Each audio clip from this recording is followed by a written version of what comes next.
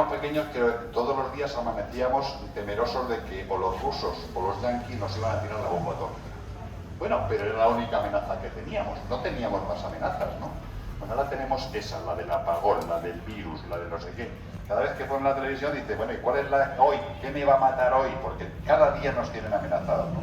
Yo no sé si es un contubernio universal o es que es así como funcionan las sociedades, ¿no? Pero la verdad es que ahora es que si no te mueres por un apagón va a ser por un virus informático o por un virus de no sé qué, hay muchas cosas, ¿no? Así que lo mejor es eso, aprovechar estas ocasiones y por lo menos reunirnos y juntarnos y vernos las caras y darnos abrazos. Bueno, y el motivo de esto, porque, bueno, ya dije a Pau que me gustaría hacer una presentación en Barcelona y evidentemente me gustaría mucho hacerla en su casa, ¿no? Más que en otros sitios mucho más oficiales y que no se lo merecen, ni mucho menos tanto como Pau, ¿no? Entonces, bueno, voy a contar un poco lo que fue la historia de este libro. Yo hace como 10 años así, en un viaje por Portugal, estuve con unos amigos en un concesionario de BMW y encontré un libro que era el 90 años de BMW. Y cuando vi aquel libro, que era un libro parecido a este, de gran formato, dije, hombre, pues para el centenario habría que escribir un libro. Y aquel libro, por supuesto, era en alemán e inglés. Y dije yo, habría que hacer un libro, pero habría que hacerlo en español, en castellano, porque la mentalidad es diferente, no por otra cosa, sino porque no es lo mismo cómo define el mundo de la moto un alemán o un inglés que un español, y qué sienten las cosas, ¿no? Por ejemplo, en un libro que he parecido inglés dice todas las motos BMW, y es verdad, están todas las motos BMW, pero no hay ni un scooter, porque los británicos consideran que los scooters no son motos y por lo tanto no están en el libro. Y entonces, bueno, yo pensé que habría que hacerlo y dije, bueno, pues de aquí al 2023 queda mucho tiempo, ¿no? Y entonces, estando de viaje por Marruecos con un grupo multinacional, pues cerraron las fronteras y cuando ya por fin conseguí llegar a Algeciras y regresar hacia Madrid por la autovía sola, ya habían confinado todo, nada más que había unos pocos camiones, estaba todo cerrado, cero tráfico, gasolineras cerradas, etc. Y yo pensando, digo, bueno, yo que era muy optimista, digo, esto durará 2 meses. En 2 meses, ¿qué voy a hacer yo en mi casa así cruzado, sacando al perro a la calle y nada más, ¿no? Y entonces dije, bueno, pues es el momento de darle caña al libro que tenía pensado, que ya había entonces me había puesto a tomar notas, a ver cómo estructuraba, etc., ¿no? Y entonces dije, bueno, pues me pongo a ello. Y me puse a ello, pues, 12 horas al día, no me levantaba, no tenía otra cosa que hacer, nada más que ponerme a darle caña al libro, ¿no? Y cuando llevaba, pues, 2 semanas o así, ya tenía claro cómo tendría que ser el libro, es decir, estructurado por décadas, porque para diferenciar la década de los 20, los 30, los 40, son todas lo que marcan la diferencia, la cronología, ¿no? Entonces estaba claro que había que hacer una cronología histórica. Luego pensé en los modelos, dije, bueno, modelos vamos a poner los más representativos de cada época, porque con eso será suficiente. Pero claro, luego ya pensando decía, bueno, y el pobre hombre que se ha comprado una Scarver y que se vendieron 5 en España, ¿por qué no va a salir su moto también en el libro, no? Total, que tienen que estar las motos, todas las que haya fabricado BMW desde el principio que empezó a fabricar. Tampoco serán tantas, bueno, 180 y tantas motos. Bueno, pues cada una tenía que tener su foto, sus características. Esa parte las tenía claras, ¿no? Pero por otra parte decía, bueno, y el tema de la técnica, hombre, yo algo sé, pero no para escribir nada técnico, ¿no? Entonces llamé a Luis Carlos Alcoba, un buen amigo mío, ingeniero, ha estado en el Mundial con varios equipos, el Gaspar, el de jefe técnico y estas cosas, y es un tipo que, a pesar de ser ingeniero, es capaz de explicar las cosas que lo tengamos en el común de los mortales, ¿no? Entonces le dije, Luis, ¿te atreves a hacer esto? Sí, naturalmente que sí, y bueno, déjame unos cuantos días, me lo pienso y te digo cómo lo podemos hacer. Solamente le puse la condición que lo entendamos todos, o sea, no me cuentes el asincrónico del no sé qué, porque eso no lo entiende nadie, ¿no? Sino que sea algo fácil de entender. No hace falta entrar en detalle a fondo de por qué funciona tan bien o por qué tiene que ser asincrónico, que eso no le importa a la gente un huevo, pero sí tiene que entender cómo funciona eso básicamente, ¿no? Y bueno, esa era la parte técnica, ya la tenía. Y por otra parte, el deporte, ¿no? Y el deporte hablé con Juan Pedro de la Torre. Juan Pedro, yo creo que conoceréis a algunos. Juan Pedro ha hecho muchísimos libros, ha estado, sigue motociclismo, ha estado ya lleva 30 años o así. Y de deporte es un tipo que que la anécdota curiosa para que sepáis cómo sabe de deporte era cuando Ángel Nieto se ponía con sus amigos en los bares a discutir que si en Spa-Francorchamps yo quedé el tercero, que no, que el segundo, que era tal año, no, que era tal otro. Entonces Ángel, que no era de WhatsApp, ni de teléfono, ni de mail, ni nada de esto, agarraba el teléfono y decía: JP, ¿cómo quedé yo en Spa este año? Entonces JP le decía: pues quedaste primero, quedaste segundo o quedaste tercero, porque pasó estas cosas. ¿Lo veis? Como yo os decía, que un tipo que sabe todo del deporte, ¿no? Y entonces se lo dije y le dije: mira, te encargas de la parte del deporte. Y fue muy curioso porque me dice: de deporte, hombre, en BMW tampoco va a haber tanto, ¿no? El Dakar, los mundiales de Sidecar y poco más, ¿no? Y a la semana, cuando ya se había estudiado un poquito todo cómo había ido, me dice: hay mucho deporte, ¿cuántas páginas tengo? Pues todo el mundo de la edición, de la revista, estas cosas, es: ¿cuántas páginas me das? Le dice al director, ¿no? En este caso, como yo obraba de director, me dice: ¿cuántas páginas me das? Las que tú quieras, hombre, que sea algo ameno, pero las que tú quieras. Y hizo todo el capítulo de lo que es el deporte. Y cuando ya habían pasado 2 meses, me dice: estaría bien hacer un resumen final con los campeonatos del mundo que ha ganado BMW. Solamente el primer clasificado y el año y el récord que tenga, o la categoría que sea en la que ha ganado. Y le digo: bueno, ¿y eso cuánto espacio ocupa? Y dice: nada, eso con un par de páginas o 3 lo tenemos apañados. Al final del libro hay 7 páginas nada más que con los campeonatos del mundo que ha ganado la marca esta alemana. Y bueno, ya teníamos todo, nos pusimos a ello, y en 9 meses, o sea, un embarazo con su parto correspondiente, pues teníamos el libro. Se lo encargué luego la maquetación a otro buen amigo, a Javier, que lo hizo yo creo bastante bien. Y luego, lo que suele ser lo más difícil de los libros o de las revistas en general, y en televisión también, es las carátulas, que en el caso de los libros se le llama cubierta, en el caso de las revistas portada, ¿no? Entonces yo tenía una idea de poner una portada con muchas fotos, muy colorista, muy tal, y el maquetador me decía: sí, hombre, si quieres tú eres el que mandas, ¿no? Entonces ponemos lo que quieras, pero yo creo que habría que poner otra cosa, ¿no? Y se le ocurrió poner esto, ¿no? Esta cubierta, este es el prototipo de la moto eléctrica simulando un boxer, porque esto que tiene aquí son los radiadores de refrigeración de las baterías, son unas motos eléctricas, y los radiadores estos, cuando la moto se mueve, salen y parece un boxer, tiene como los cilindros ahí, ¿no? Y bueno, y reflejada lo que es la primera moto que fabricaron, la R32 de 1923, y la última que luego, cuando ya teníamos el libro hecho, nos enteramos de que este va a ser un prototipo que quieren en el 2023 comercializar ya. Pues será una moto eléctrica que costará 40.000 euros y durará 200 kilómetros, pero bueno, es lo que hay, y es un ejercicio de estilo, ¿no? Entonces, bueno, pues lo que es en el libro, pues por lo menos acertamos en la portada, en la cubierta. Y como os decía, bueno, ya lo último del detalle del libro, ya teníamos la historia, teníamos la cronología.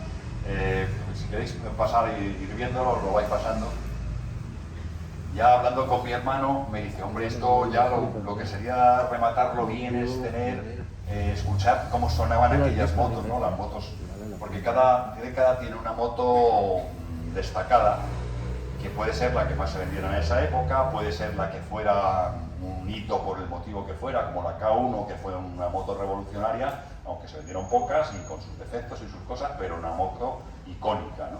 Entonces cada década tiene una moto icónica de esa década, o en algunas décadas 2, porque por ejemplo la 90S y la 100RS fueron 2 motos determinantes en la historia de BMW, y están las 2, ¿no?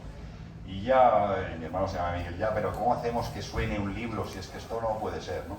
Y claro, empezamos, en ese momento estábamos con la pandemia y empezaban a ser muy populares lo de los códigos QR, ¿no? Y ya, pues entonces lo que tenemos que hacer es poner un código QR en las motos estas, y que ese código QR, como la gente todos aprenderemos a utilizarlos, pues que sea enlace al sonido de esa moto, ¿no? Y así lo pusimos en todas, salvo en la eléctrica, que evidentemente no podíamos poner ningún sonido porque no suena nada, y en la última que cierra el libro, que es la M1000RR, la de competición, que todavía no teníamos ninguna en España y por lo tanto no podía grabar ningún sonido, ¿no? Pero todas las demás tienen su sonido, y es muy curioso porque otra manera de leer el libro, mejor dicho, de escuchar el libro, es que coges la moto de 1900, de la década de los 20, la escuchas, vas a la de los 30, la escuchas, pasado los 40, y entonces vas viendo como el motor boxer va cada vez sonando más finito, mejor, hasta que luego ya, claro, ya hay los 4 cilindros y los 6 cilindros que ya suenan de otra manera, ¿no? Pero es una manera de que, bueno, mientras estás leyendo la técnica de esa moto, pues la BMW Guerra de la R75, escucharla, pues aporta un poco más a esto. Y esa es la historia del libro, ¿no? Más o menos. ¿Cómo conseguir las fotos? Pues bueno, yo los últimos 40 años, de los últimos 40 años tengo fotos prácticamente de todas las motos que ha fabricado BMW, porque todas he tenido el privilegio de llevarlas, pero de los anteriores no. Entonces hablé con BMW Alemania y me dijeron que bueno, que sí, para una cosa de este tipo que me cedían las fotos, porque las fotos históricas del archivo se venden. Entonces, claro, me dicen, no, necesitas, nos pides 80 fotos o 70 fotos, una cosa así, esos son 6.000 y pico euros, y le dije, pues no puede ser. Y entonces me dijeron, bueno, pues podemos hacer una cosa, como tú tienes fotos que a nosotros nos gustaría tener en nuestro archivo y tú necesitas fotos de las que nosotros tenemos en tu archivo, y dije, pues nos cambiamos cromos como los niños, ¿no? Y pues efectivamente, ¿no? Entonces yo les mandé fotos pues, de su moto en el Everest o en África profunda o en no sé qué, con sus motos, y entonces ellos me dieron a cambio las fotos pues, de la década de los 20, 30, 40, 50 y hasta 60, luego a partir de ahí ya las tengo yo, ¿no? Y esa es más o menos la historia del libro, ¿no? Entonces, bueno, si queréis... bueno, me faltaba una cosa, ¿no? Teníamos la historia, teníamos la técnica, teníamos el deporte y teníamos los modelos estrella de cada época. Bueno, pues ya está el libro, ¿no? Pero BMW es una marca que además del vender el producto, vende otro tipo de cosas. Es decir, no solamente vende motos, sino que fue el primer fabricante que empezó a vender cascos específicos para motorista, para que en conjunto con su moto. Fue el primer fabricante que empezó a fabricar ropa específica para moto, al margen de los que eran las marcas Reynés, Alpinestar, todas estas que se dedican solamente a fabricar equipamiento. Pues el único fabricante que tiene un catálogo más grande de producto alrededor de la moto, casco, chaquetas, pantalones, botas, guantes, todo este tipo de cosas, es BMW, ¿no? Y además no es que lo fabriquen ellos ni lo desarrollen ellos, ¿no? Ellos lo que hacen es pasar un control de calidad a todo lo que les fabrican, le encargan fabricar de una manera especial a fabricantes prestigiosos, ¿no? Y entonces, bueno, se da la circunstancia actualmente de que BMW controla que el fabricante, que normalmente es una marca muy prestigiosa italiana, le une además un fabricante como pueda ser 3M, que son los que hacen todas las fibras sintéticas y este tipo de cosas para meter en las chaquetas. Entonces BMW hace un poco de coordinador y le dice al fabricante de chaquetas, quiero una chaqueta de estas características que tenga además este producto que quiero integrar dentro de la chaqueta, pues sea el Tinsulate, el Gore-Tex o este tipo de fibras sintéticas modernas, ¿no? Y que además tenga los refuerzos aquí, así y tal. Entonces, bueno, solamente se da la circunstancia de que BMW pone la marca, evidentemente, pero la chaqueta es diseño italiano, fabricada en Tailandia al forro, en Rumanía a la codera y en no sé dónde, no sé cuántos. Entonces, bueno, pues es un producto multinacional, pero que está dentro de lo que es el mundo BMW, ¿no? Y además hay muchas más cosas, hay viajes, hay embajadores, hay el museo, todo este tipo de cosas, las metimos para desengrasar un poco, ¿no? Acaba una década y hablamos pues de las motos de policía o de bomberos. Es otro de los grandes negocios que no se sabe no se conoce popularmente, pero BMW Motorrad tiene un gran negocio con las motos de autoridades, que le llaman ellos, que son las motos de policía, las motos de escolta, este tipo de cosas, que son igual prácticamente que las que podemos comprar cualquiera en un concesionario, pero no tan iguales porque llevan las instalaciones eléctricas reforzadas para llevar más emisoras, más luces, más este tipo de cosas, ¿no? Y ese es uno de los negocios desde los años 50, uno de los grandes negocios de BMW Motos es las flotas para policía, para autoridades, etcétera, ¿no? Y entonces lo que hacen es básicamente la misma moto, que puede ser, pues, no sé, una 1200 normal, una R normal, pero le tienen que poner sus luces, otra batería para que no se descargue cuando la tienen parada mucho tiempo con todo encendido y todas estas cosas.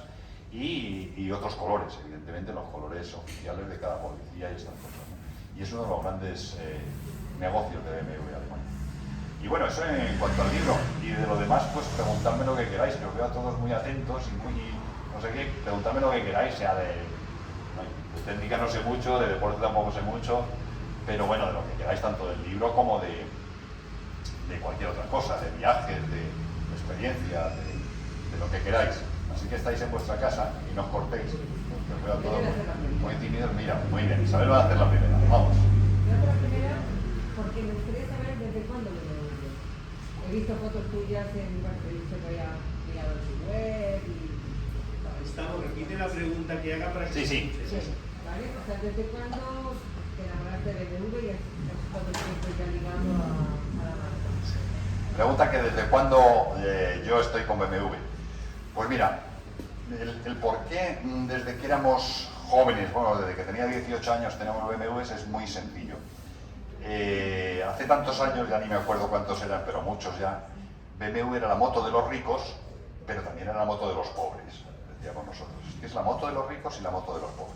Decíamos, la moto de los ricos lo entiendo, es una moto cara y es una moto de los ricos. ¿Y de los pobres por qué?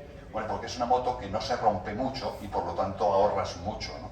Y haces una inversión importante cuando la compras, pero luego te la puedes mantener tú toda y no se te va a romper nada y entonces eso puedes hacer lo que quieras. A nosotros nos gustaba mucho viajar, viajábamos ya con Montesa, Sosas y Bultaco por toda Europa y entonces veíamos que aquello era la solución, evidentemente, una moto que no se rompía porque entonces era una época de las Guzis, la Verdas, Morinis. La Morini, salías con una Morini, había una nube en el cielo y se paraba la moto. Y dice, no, es que va a llover, entonces ya me voy parando por si acaso, ¿no? Cosas de estas, ¿no? Y aquello, bueno, era una moto que nosotros podíamos mantener. Y mi primera moto BMW fue una R75/5 con frenos de tambor, muy malos. Bueno, más que muy malos, era lo mejor que había entonces, ¿no? Pero eran frenos de tambor, que nada tienen que ver con un disco, ¿no? Y claro, cuando aquella moto le subían 2 personas y te ibas por ahí por Europa y te metías en un puerto de montaña y empezabas a correr un poquito, pues frenabas 3 veces fuera de adelante y se desajustaban las dobles levas y entonces te bajabas con la llavecita, cada 20 curvas la volvías a ajustar y volvías a tener frenos otra vez y nos la pasábamos muy bien, ¿no? Con la R75/5. Con aquella moto y con mi mujer fuimos hasta Grecia, hicimos luego toda Europa del Este, también Inglaterra, y luego ya pasamos a una R90S, que aquella fue la moto de mis sueños. La R90S, desde que la oí y la vi por primera vez, esos colores, la naranja especialmente. Hay 2 modelos, la naranja, que era, le llamaban color Daytona, y la Silver Smoke, que era negra y gris. Y yo cuando vi aquella moto, la naranja, la primera vez que la vi, dije, yo algún día tengo que tener una moto de esas, ¿no? Y conseguí tener una moto de esas y con aquella moto hicimos ya pues todavía más viajes más complicados, ¿no? La vuelta al Mediterráneo, Argelia, cuando se podía pasar de Marruecos a Argelia, y fuimos a Egipto con aquella moto, fuimos a Cabo Norte, fuimos a muchos sitios. Pero básicamente es eso, porque era la moto de los ricos y la moto de los pobres. Como éramos pobres, vamos a comprarnos esta moto, ¿no? Y así fue. Y luego ya desde entonces pues he ido pues con todas las motos que he ido fabricando, ¿no? Me gustan todas, ¿eh?